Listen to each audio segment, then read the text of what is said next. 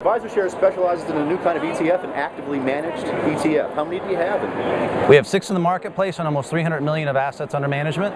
It's very much like a mutual fund, but with the benefits of exchange-traded funds. So you get transparency, which you normally don't get with active money managers, but you also get liquidity. So you can place your order anytime throughout the market day. You can use limit orders. You have more control over your investments than you do in a traditional mutual fund product. The one that we're celebrating today on the New York Stock Exchange is a trend-following model. It's a risk-managed portfolio. We have a high yield, we have an all-short, we have an international growth manager. So every one of our managers have a unique attribute to them. Either they are sort of an alternative manager, or you're getting access to a manager you might not normally have access to.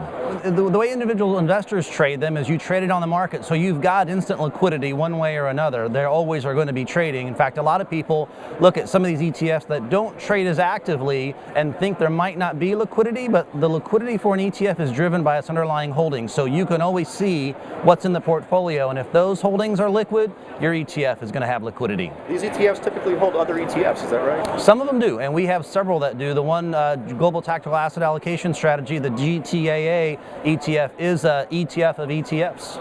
It's a value sale at the end of the day. You do actually have to believe your portfolio manager can outperform over time, and a lot of it depends on what you're comparing it to. Our best example, probably most recently, is our HYLD high yield ETF, outperforming those index benchmarks net of expenses, and so that's a great deal, but that's not always going to be persistent. Sometimes active managers are going to underperform a benchmark, but over time, most of the people that we talk to want someone in control of that investment process. The active ETF space is still small right now. It's about 33 products and around almost $5 billion in assets under management. And so what we've seen, most of the investors are financial advisors, guys that do traditionally use actively managed mutual funds who want those benefits of ETFs, are starting to incorporate them in their portfolio for clients.